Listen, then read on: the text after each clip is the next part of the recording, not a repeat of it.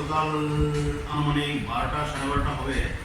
আমাদের কাছে একটা ইনফরমেশন আছে যে রাঙ্গুটিয়া গৌতম বিশ্বাসের বাড়িতে উদ্ভূতভাবে কন্ট্রাব্যান্ড আইটেম লুকিয়ে রেখেছে। এই খবর পেয়ে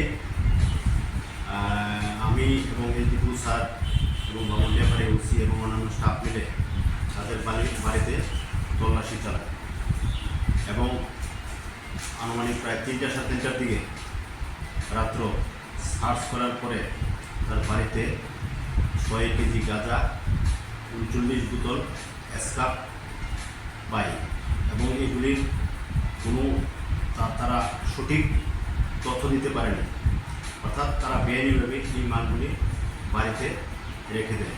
তখন আমরা আমাদের ফর্মালিটি মেনটেন করে এইগুলি স্পটে আমরা বাজেয়াপ্ত করি এবং এইগুলি বাজেয়াপ্ত করার পর আমরা গৌতম বিশ্বাসকে অ্যারেস্ট করি এবং আজকে কেস রেজিস্টার হয়েছে এবং তাদেরকে গৌতম বিশ্বাসকে কোর্টে পাঠিয়ে দেব।